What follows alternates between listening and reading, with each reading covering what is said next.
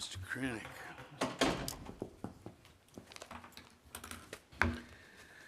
Okay. Oh, wrong agenda.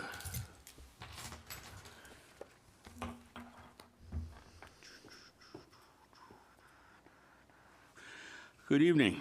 I'd like to call to order the Town of Delafield Board of Supervisors Budget Workshop for Tuesday, September 27th. Mr. Green, if you do a roll call. Sure. Supervisors Miller, Present. Kranek, Present. Wolfley, Present. Michaels, Present. and Chairman Troy. Present. Thank you. And we'll go right into discussion of the 2023 proposed budgets. It's our second meeting. First on the agenda tonight is the county sheriff, and we're expanding from 2 days service to 5 days service. There we go. So the sheriff is here tonight to discuss the budget. Any questions that you have in regards to service or the service contract? So I think we can invite him up to speak, and if you guys have any questions, feel free to ask. You guys want to come up?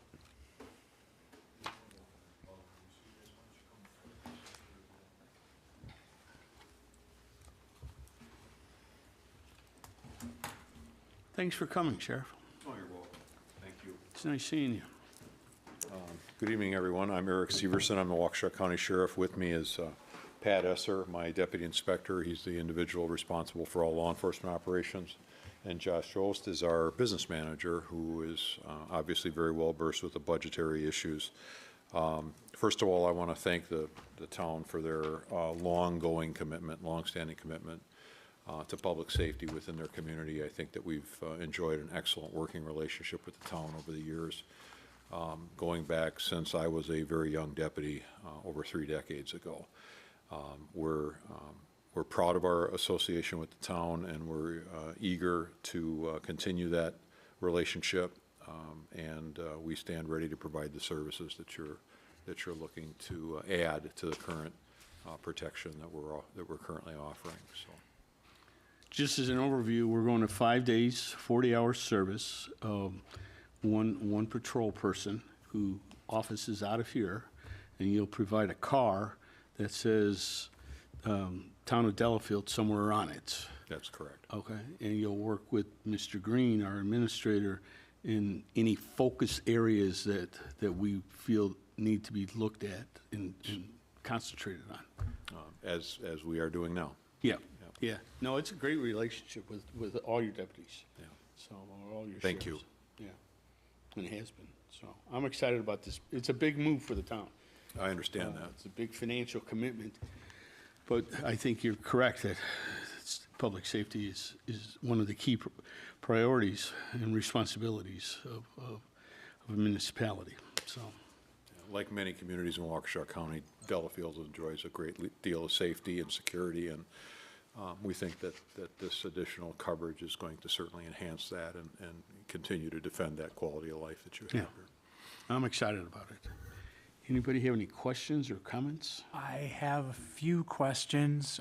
With us going to 5 days a week, it's my understanding that right now it's second shift. Is there any flexibility as far as, first shift, second shift? I mean, given a lot of the needs in the town are like speed enforcement and weight limits and other things, is there any flexibility in the contract to have flexibility between shifts, or? Yeah, what we typically do in those situations is that the short answer is yes, there is flexibility, but we also have to recognize that the individuals that we assign to the district are working under a labor agreement, and we have to concern ourselves with scheduling, and so our shifts are staffed in such a way so that we anticipate when they're going to be working. Now, having said all of that, if you have particular challenges or problems within the community that you'd like us to try to address, we're definitely going to sit down and work with you. We'll identify those challenges. We'll come up with an enforcement initiative that we can deal with that, and we're going to be as flexible as we can. So. Well, that's an excellent point. And some of the problem areas we've encountered are joint, well, they're more county jurisdiction, but for example, Highway C, we've had complaints of of gravel trucks passing school buses that are stopped for picking up children in the morning. So, I mean, it's a county highway, but we're still going to want some kind of. Sure. In response to that, one of the advantages of contracting with the sheriff's office is that you're working with the same Yes. entity and the same authority that's patrolling those areas. And so we expect that the contract deputy is going to be communicating not only with his supervisor, but with other deputies that are working in those neighboring jurisdictions to report those problems and then cooperatively work on that. So if you have an issue that's dealing with a bordering road, for example, we're going to do what we can to provide the service for that. I didn't mean to interrupt, Mr. Kenny. No, I know that we have some newer folks on the board. If you or one of your representatives could kind of explain to us the difference between, we're talking about a 5-day contract versus the statutory coverage also that we receive as being a town and, also paying county taxes. Sure. When we talk about statutory coverage, we're talking about a person that's working in a district that is not going to be confined to the town of Delafield for their primary service requirements. So, for example, they may be called to double up with another deputy to conduct a transport up to Winnebago to do a mental health run. And during that time, there won't be a squad in that district, or that coverage will be shared by neighboring squads. When you contract with the sheriff's office, we make maintaining that presence a priority. Now, there's always going to be the potential for the squad to need to back up another officer in a neighboring jurisdiction, no different than if you had your own police department. The city of Brookfield is going to leave the city of Brookfield to back up Elm Grove or to back up Wauwatosa in an emergency. So that kind of thing is going to happen. But what you're getting is a dedicated coverage so that officer is procedurally and practically assigned to the community, to the town, and isn't going to be pulled to do other police work in other statutorily covered areas. Does that help answer your question? Yeah, it helps. Okay. It helps. Pat, would you want to add anything to that, or is that, you feel it's comfortable? Okay. It's a great question. It's a question we get in all the contracts, and it's really no different than what you're dealing with right now, because when that deputy is assigned here, they're assigned to Delafield, and that's their priority. That's their prime mission. They're not going to be leaving unless it's an exigent circumstances. They're not going to be leaving without permission by the supervisor, notifying the supervisor that exigency exists, and there's going to be an assessment made before that deputy gets pulled. Yeah, if I could add one more thing on Yeah, that. go ahead.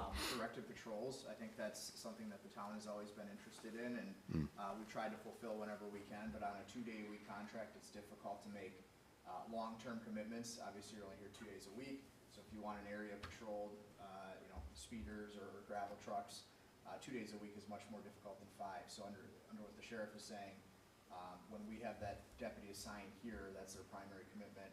So a transport to Winnebago is not going to be something that's likely going to pull the deputy out. Yeah.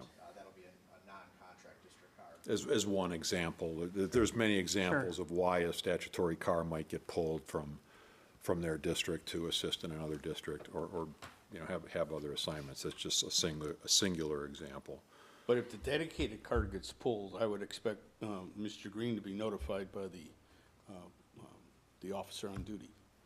Or somehow to be notify the town that he is being pulled. Yep. I would say for anything outside of the norm, and the norm is usually if there's no WI in 94, the town car might swing up to back them up for 5, 10, 15 minutes, as the sheriff said. No different than any other agency.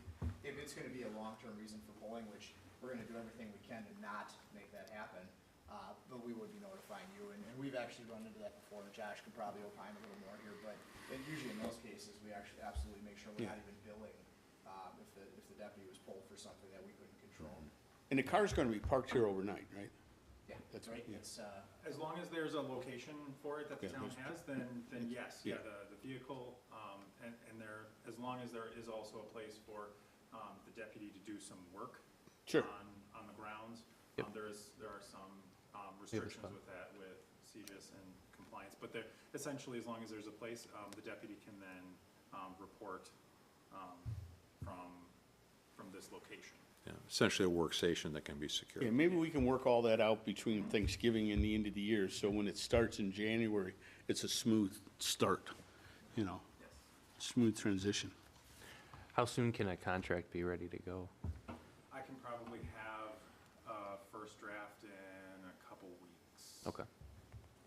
Yeah, I think the sooner the better, just so that we have an idea from. Yep. And just to make it easier, maybe from your perspective, a broom closet that locks, is that for a workstation? We've got one ready for you, We've so, worked out of broom closets. Something that big? right behind you. Oh, we're so. nice in the town. Restricting access because of the FBI requirements on computer workstations and stuff that we Sure. can lock it when they're not here. Is the workstation something we have to provide, or do you guys bring a laptop that they can just plug and play, I guess? We generally provide a workstation as part of the contract if you have a space and Network and a all network. that, Yeah, sure. Yeah, when you, so define workstation, you're talking about a computer, and a right? screen, a Yeah, computer and it's- a monitor and a keyboard and things like that. Sure. It's all pretty cookie cutter contracts as far as community to community. There's no, I mean, we're not tweaking anything or adding anything or subtracting anything that, as far as what would, No, this is. And the board has to approve it, so we're not approving it at this stage, we're just approving the dollars, not the yeah, I contract. mean, I guess what you guys develop is all pretty standard across all of the communities that you'd contract for. Yes, what we'd be proposing is gonna be what we propose with just about every other community. There hasn't been anything that's come up that has been outside of the norm that I would say, hey, this is weird or this is different. Everything so far is within the standard contract. Yeah, we looked at this 5 or so years ago, 6 years ago, and decided we just couldn't afford it. And Well, we actually tried to go referendum to try to afford it, so, and it failed miserably. it did fail miserably. So now we're just doing it.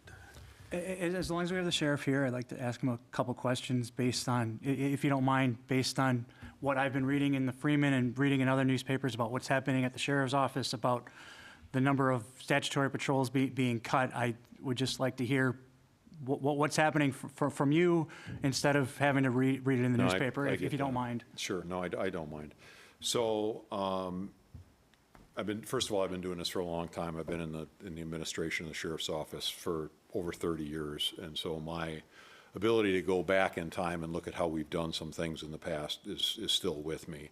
What we're doing is something that was very commonly done prior to me becoming sheriff. Once I became sheriff, I really worked very, very hard to not do what we refer to as adjusting minimums to make budgetary targets. The reality is that the county gives us a finite amount of money, just like you get a finite amount of money, and I have to fit the services into that. And a lot of what we do is predictable, and we can plan based on those predictions. A lot of things that happen in law enforcement are not predictable, and we have to be able to be flexible, and sometimes we have to make adjustments on how we make our expenditures. Over the last several decades, we have lost a lot of the extra dollars in the budget that have had to be cut to meet with increasing budgetary pressures. And so additional dollars to be able to be flexible have been going away and going away.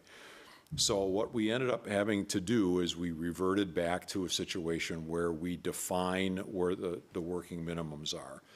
And so what we had to do is that through Josh's predictions, about, 3/4, 2/3 of the way into the year, we recognized that if we kept doing business as usual, given the pressures that we had in this year, 2022, we were going to come in over budgetary target by about $250,000.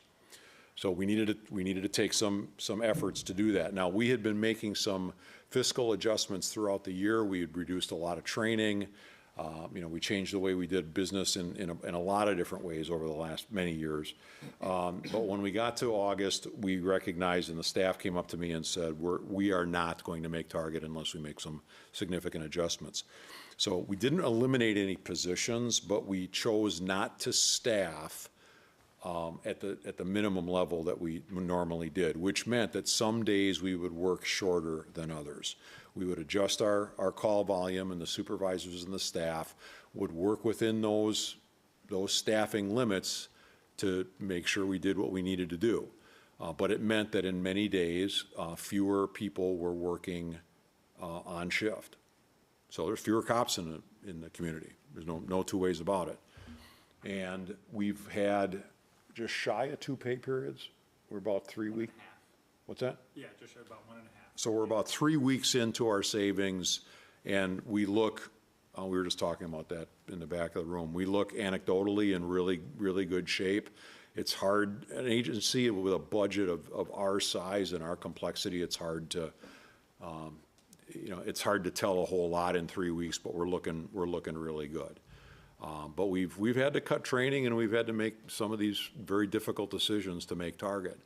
I expect that we're going to come in under budget at the end of the year, and we're going to be able to get back to closer what we were doing before we had to make these adjustments.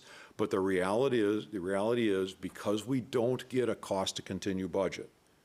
In other words, the amount of money it took to do what we needed to do this year is going to go up next year because of inflation. And while we're getting more dollars from the county, it doesn't cover those increased costs. And I think a lot of people are learning what inflation does. They're realizing that wages might be increasing, like I get more dollars every year, but because inflationary costs are driving our budget too, we have to make cuts. We have to make significant cuts. So we struggle to provide the highest level of service we can with the dollars that we're given. And I really don't have a choice to come in over budget. I can't say as sheriff, you know what, I'm just going to ignore the county's budget any more than you can ignore your budget. So we've had to make cuts, and we've had to provide the level of policing that the county is willing to pay for. Was that helpful? Yeah, that's helpful. It doesn't put me at much more ease, but I mean, it's helpful to understand, I mean, at the end of the day. Me neither. Well, no, I think we're all concerned about it, I mean, especially being. Me too. So I My appreciate. understanding was also, though, that the contracted level of service for contracted unaffected. places was unaffected. Unaffected. Right. yeah. I mean, not like I care to. How does it adjust work my hands and mechanically? Because everything that else, was my question as well, Joe. Is I worry that because you have less statutory coverage, that our contracted service will get pulled more to fill in for the 2 spots or whatever that you might have. Yeah, I was going to say, I'm going to ask you to, because you've looked at it already. Yeah, one variable that comes into play, and we've been reeling for the last 1.5 years, 2 years in the law enforcement profession, is a lack of new recruits, a lack of people staying in the business with all the stuff that's been going on. And hiring a new hire is about 11 months from date of hire until they're off training. So early in this year, 2022, end of 21 and into 22, there's an influx of, or outflow of people going to the private sector. So that we had 3 or 4 people leaving a month outside of retirements. That was unheard of. We've never seen that many go. So over 4 months, we lost 12 to 16 people. We hired those people back.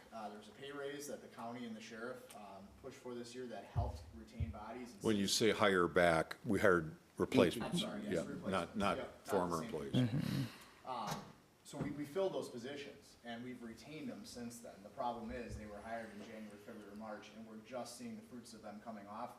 I have 21 more bodies that I can't put out as staff right now because they're in training or on training, and they won't all apply until somewhere between December and February. But there's 21 additional bodies I have to pump back into the patrol ranks to not have to go down to these bare minimums that we're using right now. So it's kind of a balance, and we've been full staff once, I think, in the last 7 years, 7+ years. Oh, gosh, more than that. So from my experience at 7, the sheriff has more experience on knowing when it was last full staff, but It was before I was hired in 1987. I won't tell you when I was born then, Sheriff. What Pat's talking about is that 2022 has been a hard year for us in terms of staffing. And, when we have a lot of turnover, it takes pretty much a full year for somebody to go from new hire to be able to fill a shift that doesn't require overtime. And And where he's going is that next year, we're projecting that we're gonna be in a lot better shape that we're gonna be in. But I would be misleading you if I said that I think you asked the question. What does this mean when we have fewer police officers in the county when we're all kind of sharing from time to time? Correct. It's gonna be impacted. It would be very similar if Delafield had to cut some positions to meet their budgetary requirements. The city of Delafield wouldn't be available, some of those guys wouldn't be available to help the town of Delafield. So the things that I lose sleep over is, I want police officers and I want a robust law enforcement force in Waukesha County that's made up of all of the agencies within Waukesha County. And what you are doing is taking a step, and you're paying for it, but what you're doing is you're taking a step to minimize the impact of those county-wide pressures on law enforcement to ensure that you're gonna have a better degree of coverage. It's not perfect. Again, we get the law enforcement that the community is willing to pay for. Now, are the people leaving similar to the fire department issue, that they're staying in the industry, but they're just going to another municipality, a larger municipality? It varies. I'm here to tell you, it's all over the country. I serve on the board of directors of the National Sheriff's Association, so I talk to sheriffs all over the United States. And the staffing challenges that we're facing on law enforcement from the policing side and on the correctional side, and actually it's a little harder on the correctional side, is nationwide. It's not Waukesha County's problem. It's not southeastern Wisconsin. I talk to sheriffs from all over Wisconsin, and I talk to them from all over the country, and it's probably the biggest threat to quality law enforcement that we're facing.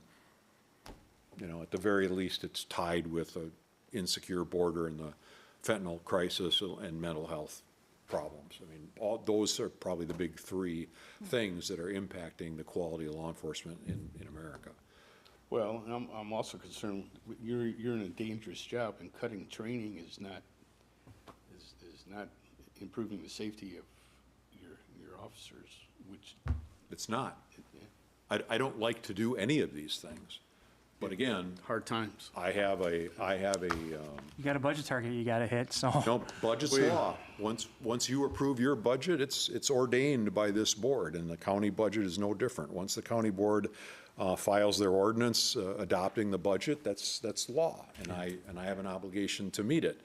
And I've done that for 8 years. I've returned $1 million+ to the county. Last year, not so much. Last year was tough, and it's going to get tougher next year, and it's going to be tougher next year. I was talking to my inspector this morning about, and our fleet manager, about the difficulty in getting squad cars. And if you'll allow the digression a minute, you know, you got agencies that are much bigger than us that have 200 squad cars, and GM or Ford calls them up and says, you know what, we can't honor your contract because we don't have enough chips to put into squad cars, so we're going to have to delay delivery, and oh, by the way, they're going to go up $1,000 a car. You got 200 cars, it's $200,000. Now, you know, you can look at me and say, well, you got a $45 million budget, Sheriff, you should be able to have $200,000 laying around. I don't. My $45 million budget is made up, 80% of it is personnel, the very people that we want to do the work and be in your community. So these are challenges that aren't going to go away. I'm confident that we've got really good people. I mean, between Pat, myself, and Jim, you know, we were talking the other day, scarily, we've got like 60 years of policing experience between the group of us. Most of that is in command roles, and so I'm very confident that we're going to get through this as best we can. We're going to provide quality law enforcement. But I've been predicting for decades that we can't continue this forever. And so some of the So what's the solution? More money, or like? I think it's a bigger commitment, making different priorities, determining what level of law enforcement you want, and then paying for it. It's the same solution with the fire department. Yeah, but the fire department's a little bit different because, you know, in the police service, the staffing model didn't necessarily change. And in the fire service, the staffing model changed from the paid on call and the part-time folks. I mean, I understand. Volunteer folks and. Yeah, the you know, volunteer folks, and I understand, that, the last 3-4 years, just in what's happening in America, has been very tough to be a police officer, and I commend everybody who's doing Well, that. I'm hearing and the fire services are facing some similar challenges. Yeah, they are. Particularly volunteer departments. Yeah. that, they got a lot of folks that if they want to stay in the fire services, they're looking full-time. Well, and Sheriff, from our perspective, that's what's so tough about this. In the town, we had a 2-hour discussion last time about this in the fire service, and we're committing in the form of going into our reserves to spend money we've never spent before in investing in these things, but we're not sure where it's headed, and we're not sure where it breaks. Like, we're willing to spend more money in 2023 to fund the fire service. We're willing to spend money in 2023 to fund more police services in our town, as well as, I think, helping your department by having more contracted service. It I think it's a definitely good does. relationship. Definitely does. And it creates a level of stability in your community, too, by having the same That's a people key product. more often. That's a real key thing. That's the definition of community policing, is have people that know your community. And Excuse me, I we're doing it. interrupted. No, we're doing it in 2023 because it's the right thing to do. But we don't know how we're going to do it in 24. That's from our side of the table. Well, we don't know better how be. we're going to get there. We're signing a 2-year contract, so. Well, the entire thing. Right, but at the end of We the day, haven't approved that yet. we got our friends in Madison who put levy limits on us, just like the county board puts, gives you a finite amount of money, and, we're gonna need your help to help sell the value of this to our community when, the only option is to go to referendum and say, hey, we need more money to be able to fund these things. I understand, So- and that's a difficult choice as well. So, But my we're doing pledge it, to and you we're is, doing it happily, and Yeah. we're all excited about doing this. This was a big step for the town. sure, my pledge to you is that I think we have really good people. I could have retired 8 years ago. I'm still here because I love what I do and I love my organization, and I think they're really quality law enforcement officers. And I think we've got excellent command staff, we've got great supervisors, and so my pledge to you is that we're going to give you the best law enforcement product that we can, and I think you're going to be very happy with it. I think you're going to see that the quality is going to get a little bit better than what you're used to, and obviously you're happy with what you got, or you wouldn't be taking this very large step forward. We're happy with the staff. We're very happy. I've been here, I don't know how many years, but we've always liked the quality of the people that came from the sheriff's department. McKinsey's fabulous. I mean, she's just great. Everybody's And great. you're going to continue to have a voice in that? I mean, obviously, whoever the sitting sheriff is going to have some operational authority and control, but, I mean, I grew up under Dan Trewicki's leadership, and Dan, really was very committed, and I am equally committed to making sure that the fit is good. And I'm here to tell you that not every deputy might be a perfect fit in any given contract. That's, that could be. But you're going to have a voice there. You're going to have, direct access to the leadership in my office that will listen to what your concerns are. We're going to respond to them. We're going to give you answers. We're going to report out on a regular basis, just like we do now. All of that stays the same. And, I want this to be successful.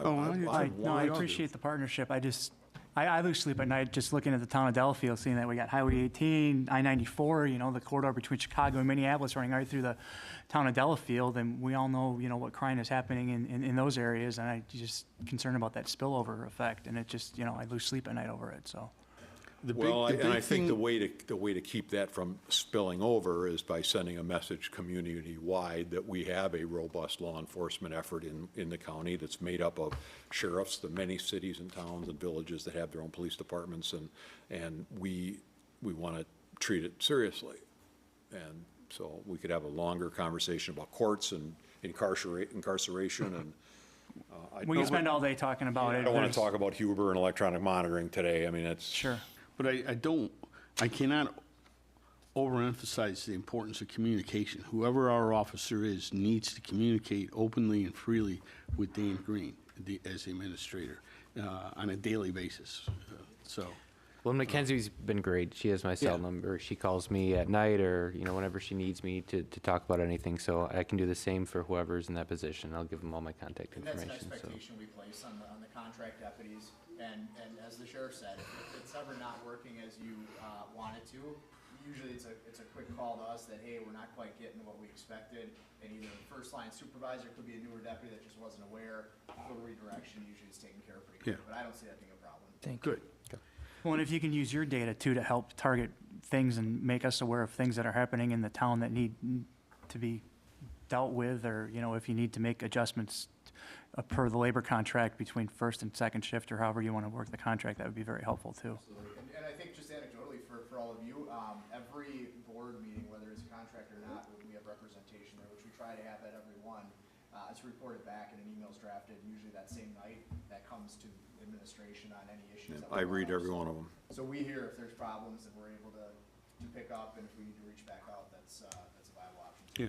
We appreciate them being here every week, we really do. Oh, yeah, That's especially really at the great. public hearings. Yeah. Really appreciate it. Yeah, Well, and let me put some icing on what Pat's saying. So if you express a concern at the meeting, the next day I'm reading it at 6 o'clock in the morning over my coffee.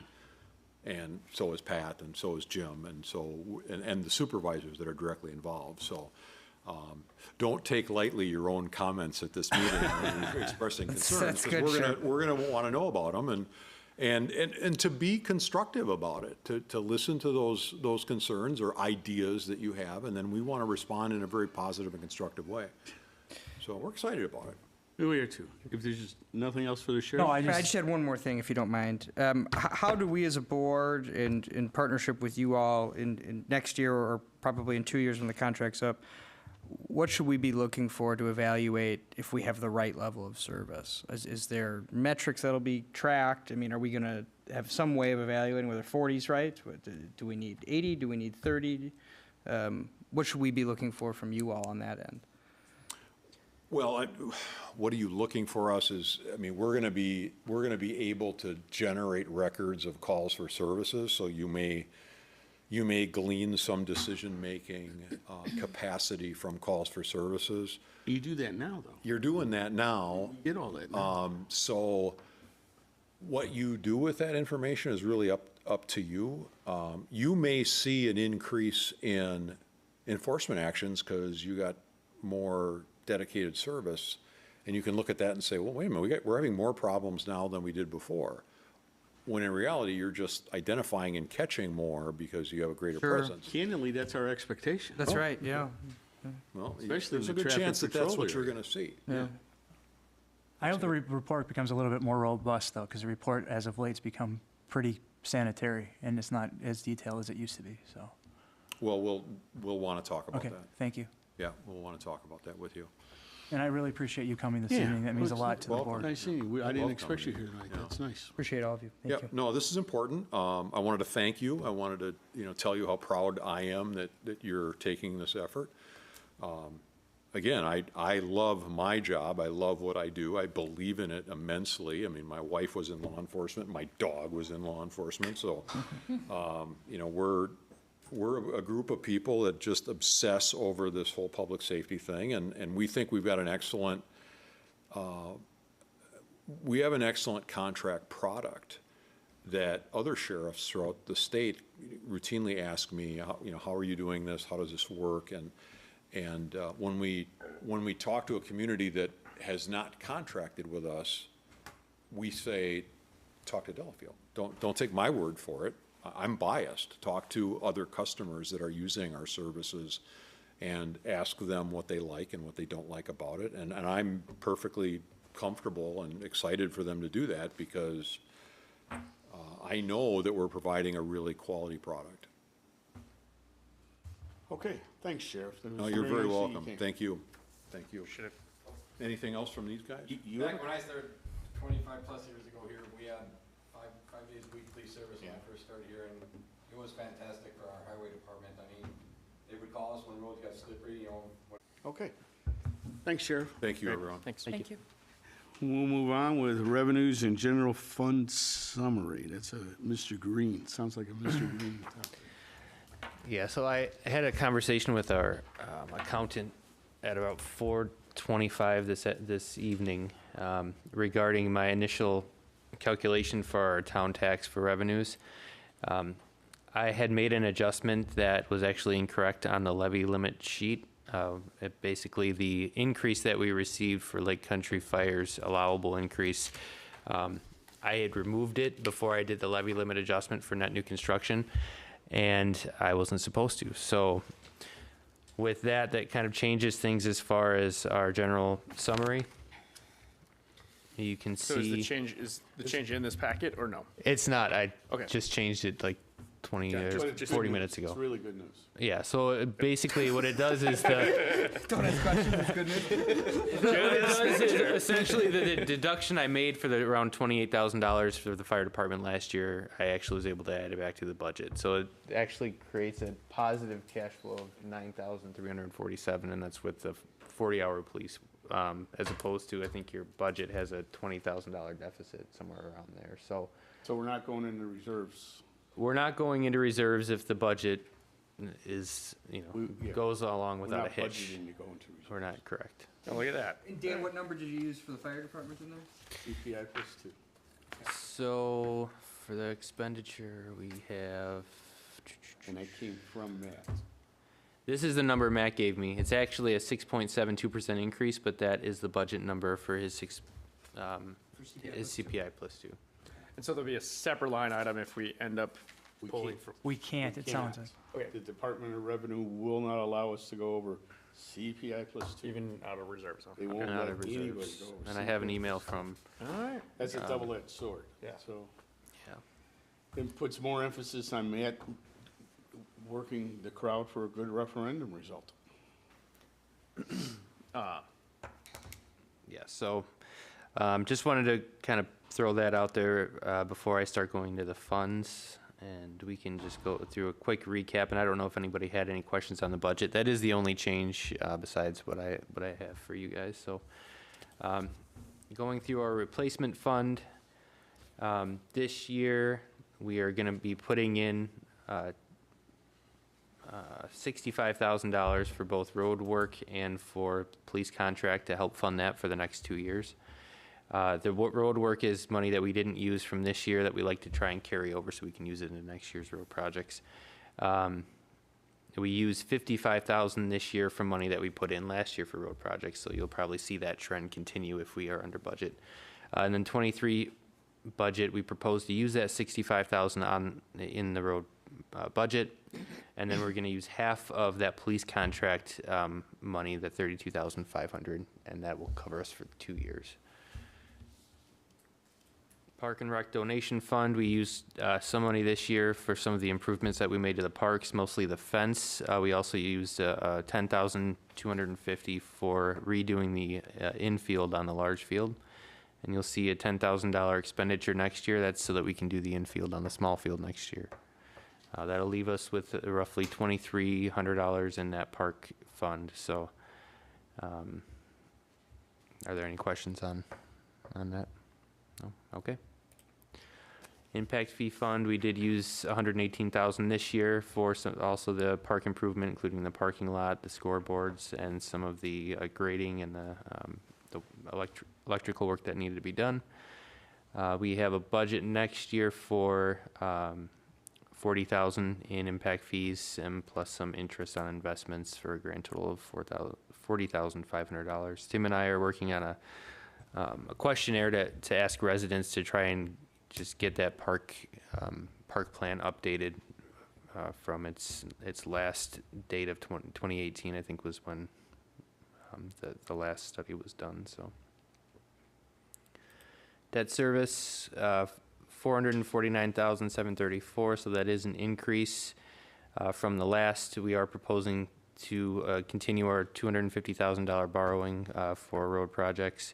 So some of these are just loans from the MECLAC that we had purchased. If we had received our COVID funds 2 months later, we could have just purchased that out of COVID. Unfortunately, we did not. It was an emergency piece of equipment that Don uses on a daily basis. You will see significant reductions in interest over our borrowing. Our total interest for our town hall bonds next year is going to be $49,650, and that's compared to what our 2021 actual of $92,225. So you'll see a significant cost savings there, and we're putting more towards principal, which is a good thing. Excellent timing on that. Yeah. And then, this is just a summary of all the outstanding debt that we have. You can see in '23, we have a couple of zeros, so those are starting to trickle down, and some of these other debts are slowly decreasing as well as our main town hall borrowing loan. So our total outstanding will, by the end of '23, will be $3,554,000.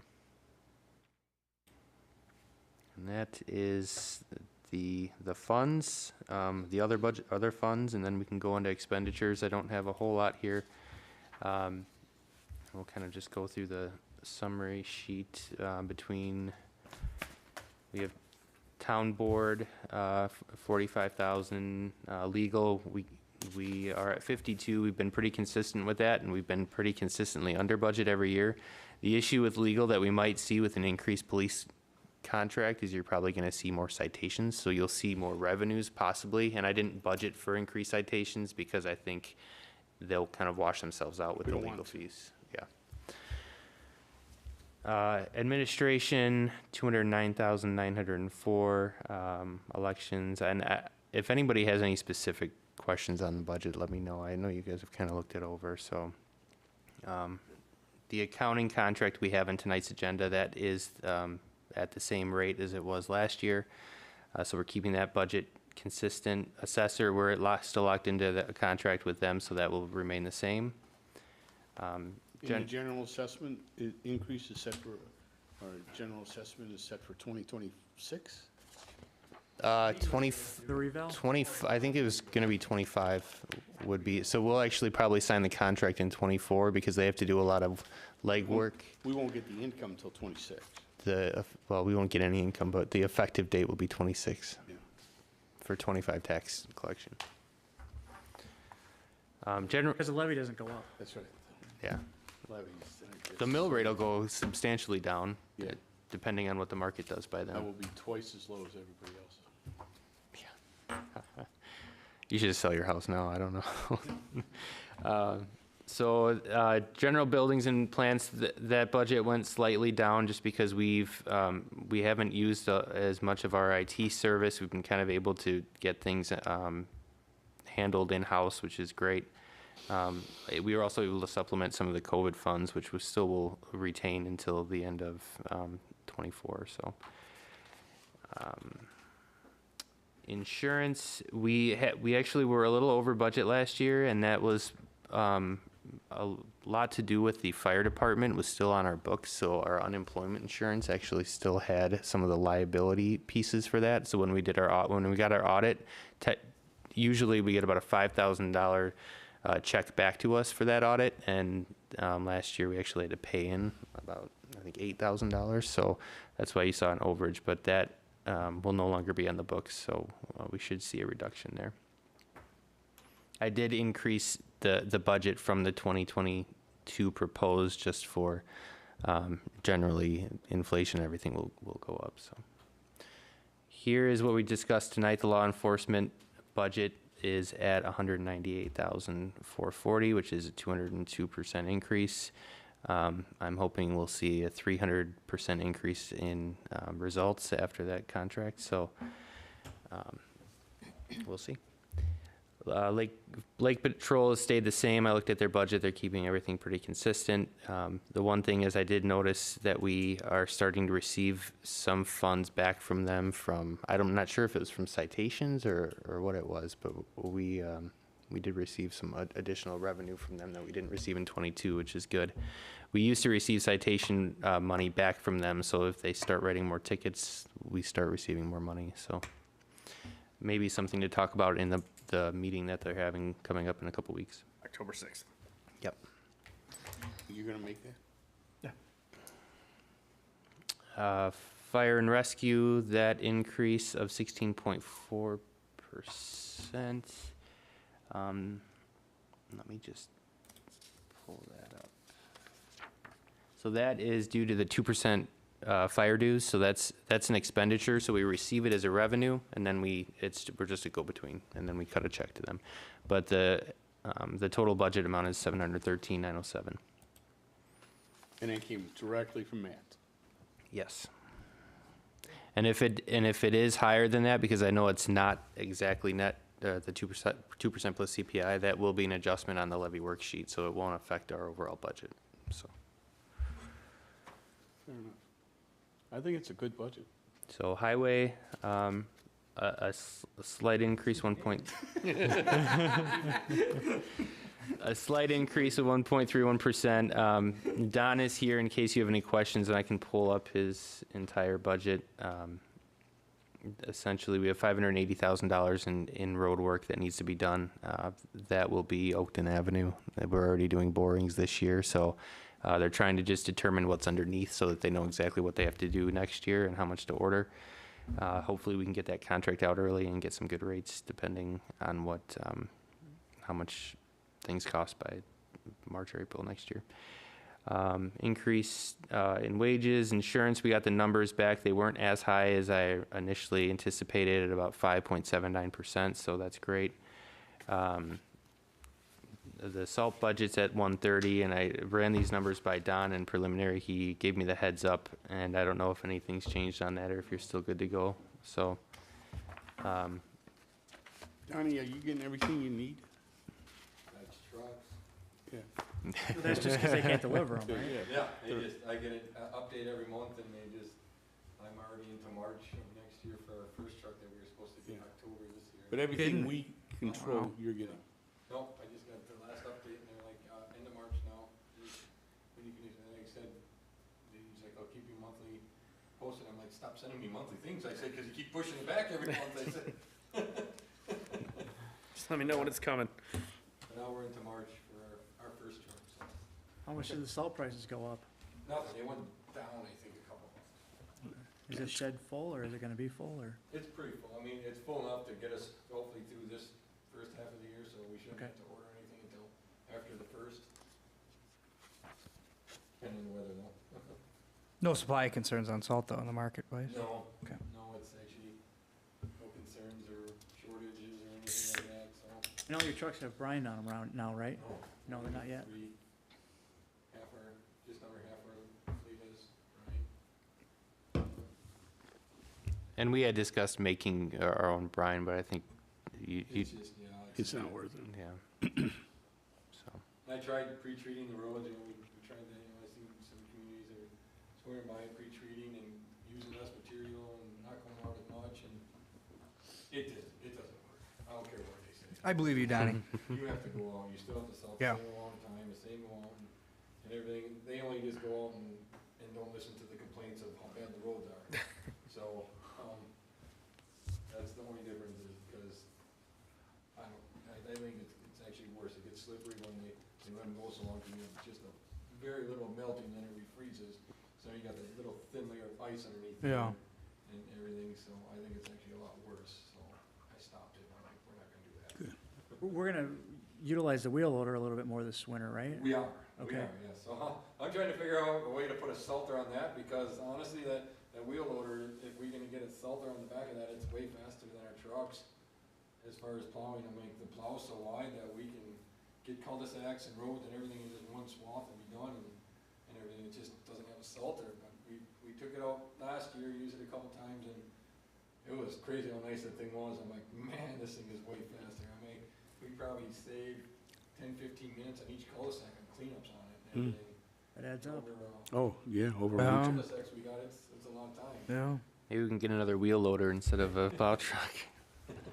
Maybe get it Anybody faster. have any direct questions on any part of the budget? Good work. Thank you, Dan. Thank you. Sure. Mr. I'd like to Chairman. point out one thing. There is no capital. There's no capital expenditures, which is the first time I can recall not having capital expenditures. But it's also the Besides first last year. without the fire department, yeah. Yeah. Yeah. Thank you, COVID. Good budget.